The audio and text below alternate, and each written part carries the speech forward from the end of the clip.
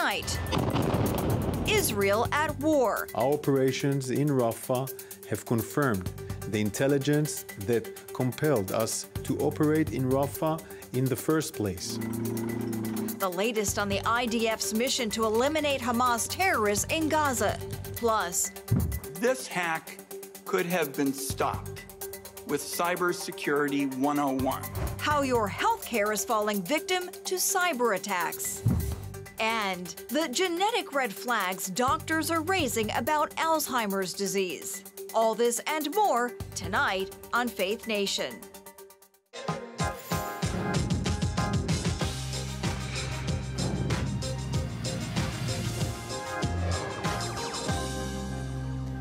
Israel now in control of a key border zone between Egypt and Gaza. Welcome to Faith Nation. I'm John Jessup. And from the CBN studio here in Washington, I'm Tara Mergener. An oxygen line for Hamas and a hotbed of terror. That's how Israel is describing a strategic strip of land that runs the length of Egypt's border with Gaza. In a major breakthrough, the IDF has taken control of the Philadelphia corridor. That's where they discovered a network of tunnels housing rockets and other weapons. CBN's Wendy Griffith joins us now with more. Wendy, what are we learning? That's right, guys. The nearly 9-mile corridor was intended to prevent weapons and ammunition from being smuggled into Gaza. But after taking control of the territory this week, Israel found it's actually been a pipeline for Hamas's war on Israel. Among the discoveries, rockets for attacks on Israeli civilians, a nearly 8-mile subterranean network of about 20 tunnels with explosives, grenades, and AK-47s found inside. The IDF says Hamas is also holding hostages there. Our operations in Rafah have confirmed the intelligence that compelled us to operate in Rafah in the first place. Hamas turned the Philadelphia route into a central Hamas hotbed of terror. Dozens of rocket launchers with rockets inside ready to be fired at Israeli homes next to the border with Egypt. Hamas is holding our hostages in living hell across our border in Gaza, including in Rafah.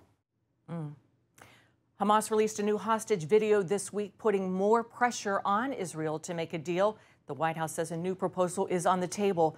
Some fear Israel's takeover of the Philadelphia corridor will strain its fragile peace agreement with Egypt, but so far that is holding.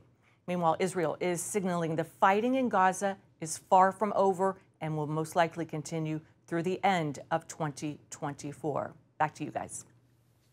All right, Wendy, thank you. Back here in the U.S., no verdict yet in former President Donald Trump's historic hush money trial. The jury spent most of the morning revisiting key witness testimony and having the judge repeat some of the jury instructions he delivered yesterday. They're weighing whether to convict the former president on 34 counts of falsifying business records to cover up hush money payments to adult film actress Stormy Daniels before the 2016 election. Trump denies that he had an affair with Daniels and has pleaded not guilty to all charges. The whole world is watching, and it's a very sad day for New York. I've gone through 2 of these trials already. It's with the same kind of a judge. It's all worked. It's all rigged. The whole thing, the whole system is rigged. The jury is expected to continue to that same Manhattan courthouse, or return rather, tomorrow to continue deliberating. Joining us now is Mark Caleb Smith, Director for the Center for Political Studies at Cedarville University. Mark, thank you for joining us. After the judge repeated part of their instructions, the jury specifically honed in on testimony from David Pecker and Michael Cohen, 2 of the early witnesses from the prosecution. How do you view that? Yeah, I think early witnesses, but I also would say key witnesses. Michael Cohen's testimony was really the piece that connected Trump to a lot of these actions, and how the jury assesses Cohen's credibility will probably go a long way to how they view the charges. Pecker, also an important witness, certainly looked at this from more of the National Enquirer sort of angle of this, but also made it pretty clear this was a systematic effort. And so I think those would be 2 key pieces of information for the jury to reconsider. So we're in a bit of uncharted territory. Americans have never witnessed a criminal prosecution or a felony conviction of a former president. If he is convicted, where does that land us? Uncharted is a kind way to put all of this. politically, you know, I'm not sure that it changes all that much, frankly. Mr. Trump's indictments and even conviction, I think, doesn't necessarily shake the core supporters that he enjoys within the Republican Party right now. I think it could maybe affect the way that some independent voters, maybe some more moderate voters view him, but that's a fairly small number of people. The thing to keep in mind, of course, is that in battleground states like Michigan or like Pennsylvania or Wisconsin or Georgia, those small number of people could make a big difference. And so I think you're likely to see some impact there, possibly. Legally speaking, he's not barred from running if he's convicted of felonies. Even if he were to be sentenced, he wouldn't be barred from running even from a jail cell itself. And so constitutionally, there's no limitation on him pursuing office if he's convicted. Right now, earlier this week, interestingly, the Biden campaign sent surrogates to New York to denounce Donald Trump. And now there's reporting that President Biden plans to address the Trump case at its conclusion. In your opinion, how does that affect public perception regarding claims of the politicization of the courts? You know, it's a fantastic question, and I think it's a great risk that the Biden campaign is undertaking there. I can understand the politics of what they're doing. If Trump is convicted, seize on the moment, try to make as much out of it as you possibly can. But Mr. Trump's argument that this is really just a weaponization of the criminal justice system, that argument would be helped by President Biden coming out and making very forceful statements at this point. No matter what you think of whether the case is a good case or a bad case, the perception that many Americans have is that it isn't fair to charge someone like Mr. Trump for these kinds of crimes. At the same time, you know, we're fooling ourselves if we forget that this is a political campaign. There isn't as much concern about legal norms or about maybe what's best for the overall legal system itself. These are two campaigns locked in a battle, both of them convinced that this is an existential crisis for the country. This could spiral into so many different directions based on how these two behave over the next few months. Do you think that this is where we're going to go from this point forward? Historically speaking, we've never seen a president charged after leaving office in the few seconds that we have left. Is this the new norm, perhaps? It's possible, but I think it's also fair to say that Donald Trump is such an unusual political figure and his behavior was so unusual as president that hopefully this won't become the new normal. I hope that this is a limited thing. All right, we're going to have to leave it there. Dr. Mark Caleb Smith with Cedarville University, thank you so much for your time tonight. Thank you. Well, new numbers today show the United States economy grew at a slower pace than originally believed earlier this year. That's right. And the newer number is considered a more complete estimate of where the economy stands. The Bureau of Economic Analysis says the first quarter gross domestic product grew at 1.3%. That is down from the first estimate of 1.6% back in April. It is worth noting this is significantly lower than fourth quarter GDP, which was revised up to 3.4%. Well, with us now to tell us what this means is Mark Hamrick, Senior Economic Analyst and Washington Bureau Chief at Bankrate. Mark, welcome to you. So this is the weakest quarterly rate since the spring of 2022. Clearly not exactly positive news. Mark, what happened here? And maybe more importantly, what does this mean for American families? Yeah, good to be with you, John and Tara. I don't think this is terribly relevant to the everyday lives of most Americans. This was barely off the long-term trend of about 2% in GDP. And as you noted, not only was the last quarter of last year above average, but so was the quarter before that. Federal Reserve looks for GDP for the full year this year to be about 2.1%, and estimates are running anywhere between 2 and 3.5% on an annualized basis for the current second quarter. What's the one thing that most Americans are concerned about with respect to the economy? Number one, inflation. Number two, their job security. With respect to inflation, that is still at a place, at least in terms of elevated prices, where most people are unhappy with that situation. Job security is still one of the positives of the current economy, where the unemployment rate is at 3.9% and is expected to still be at 3.9% when we get the May employment report about a week from now. Mark, the U.S. economy has shown really surprising durability since the Fed started raising interest rates more than 2 years ago and trying to tame the worst outbreak of inflation in 4 decades. Is this report a sign these rates are really taking their toll now on the economy, and what obvious impact might that have? Well, I think to the extent that we saw a downward revision in consumer spending is consistent with a consumer that is not in a position to engage in robust spending.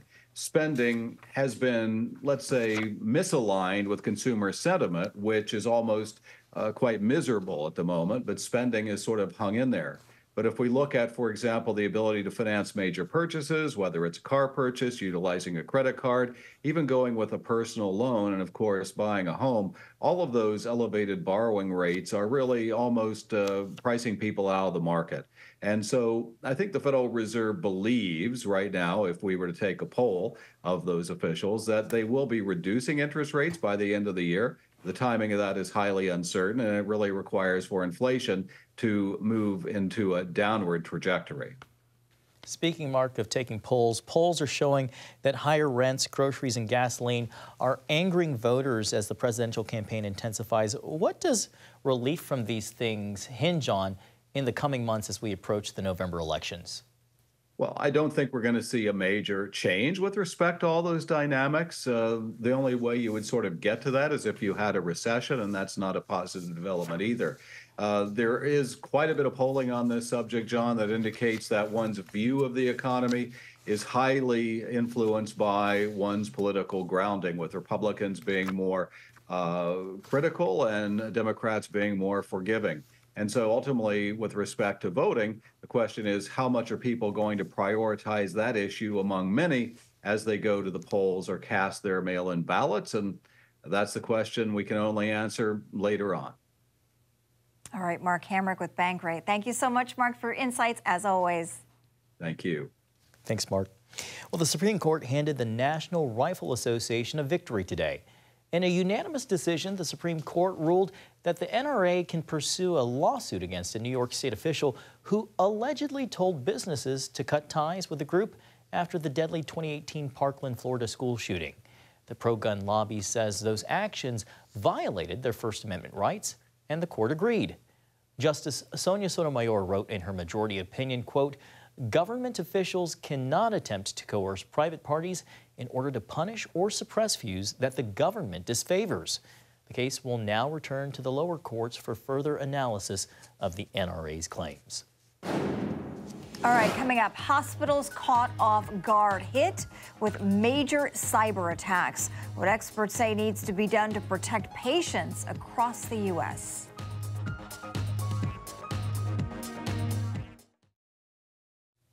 Welcome back. Patients across America are learning the hard way that their lives are in danger of cyber crimes. Experts point to a ransomware attack on a major hospital group as just one example, exposing how vulnerable the healthcare system is. And now lawmakers want answers about why this critical sector doesn't have stronger security measures. National security correspondent Caitlin Burke has that story. This problem drew attention in February when a cyber attack shut down systems nationwide at Change Healthcare. Now it's a priority after another major attack just weeks ago on healthcare giant Ascension. We owe it to American patients and to our frontline healthcare providers, from health systems to clinicians and community pharmacies, to ensure that this does not and cannot happen again. These digital assaults against the healthcare sector have skyrocketed over the last 5 years. The Health and Human Services Department reporting a 256% increase in large information breaches. Still, cybersecurity consultant Carter Groom of First Health Advisory says the industry is playing catch-up just to meet basic standards. Broadly, the healthcare sector is just not ready, and it's only because we haven't been trained over the past 15 or 20 years like the financial sector has to protect our systems. Hackers in the Change Healthcare attack, for example, gained access because a server lacks security measures many companies consider mandatory. Cyber criminals entered a Change Healthcare portal, exfiltrated data, and on February the 21st deployed ransomware.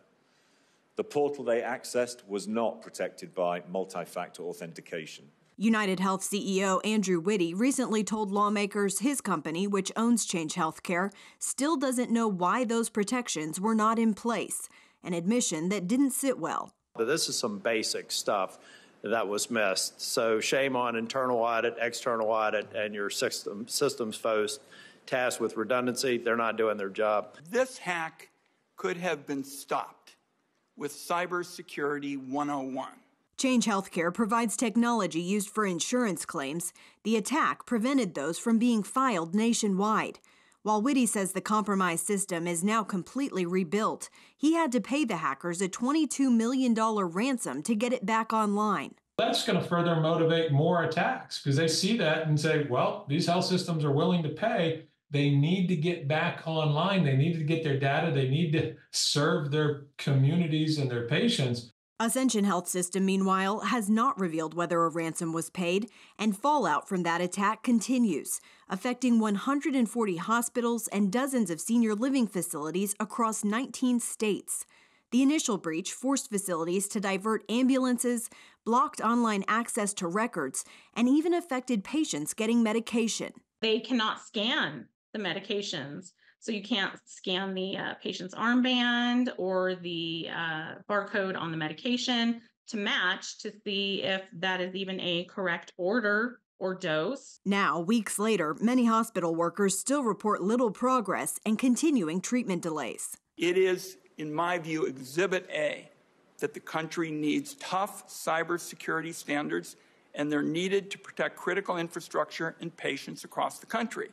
After the high-profile nature of these attacks garnered the attention of the federal government, Health and Human Services is now planning to invest more than $50 million in a cybersecurity line of defense for hospitals to handle these kinds of threats. Caitlin Burke, CBN News, Washington. Thank you, Caitlin. Up next, millions of Americans suffering from Alzheimer's. How one gene is giving fresh insight into the disease.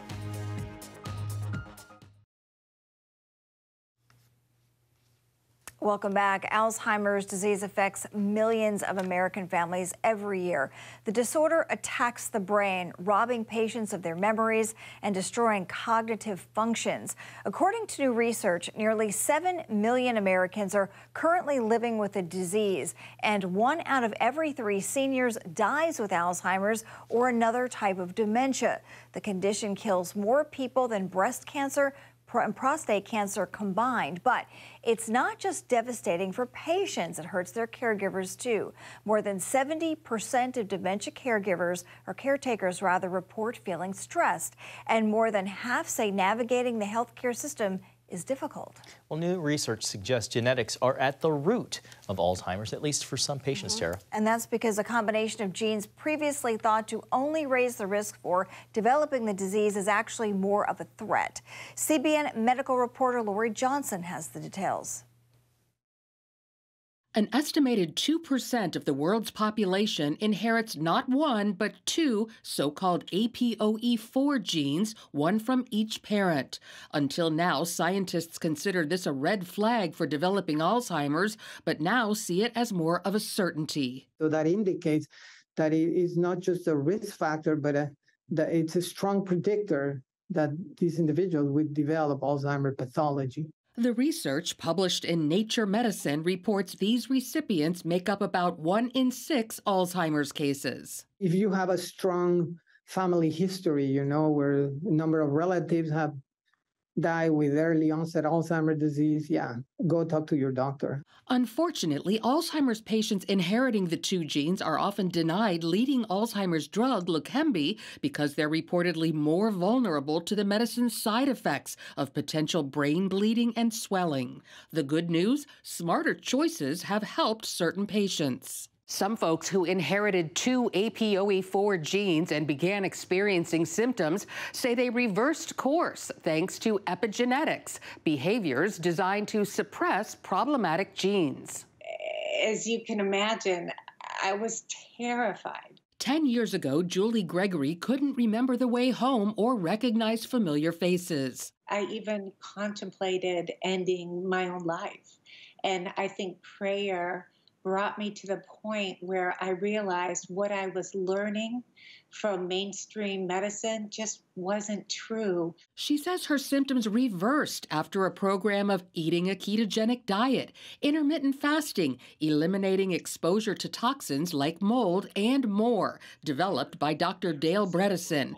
Julie's story is one of 7 featured in his book, The First Survivors of Alzheimer's. They gave their specific protocols because they are personalized.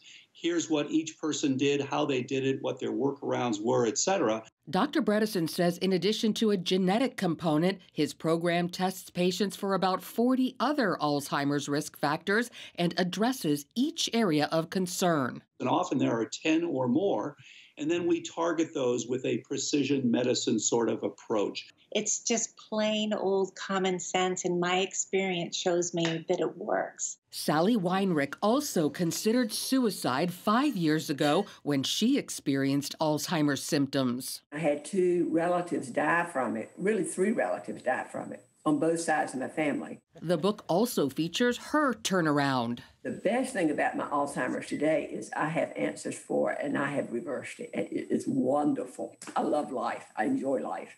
Over 2,000 people adopted the Bredesen protocol. A clinical trial shows over 80% experience cognitive improvement. Lori Johnson, CBN News. Coming up, a bare bones race sets sail in Florida. Next on Faith Nation.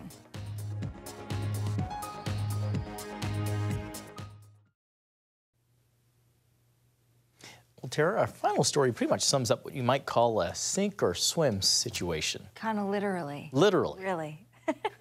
A minimalist boat race set sail in Florida last weekend, an annual tradition. Key West Schooners Wharf Minimal Regatta completed its 33rd year, and racers must try to stay afloat in boats made with only 1 sheet of thin plywood and a roll of duct tape. Very sophisticated. What the teams lack in boat supplies, they do make up for in costumes. Check it out. Prizes were awarded to the fastest boats, most creative designs, best costumes, and the most scary, which is the least seaworthy. I saw a couple ready to capsize. No thanks. So fun. Have a great night. We'll see you tomorrow.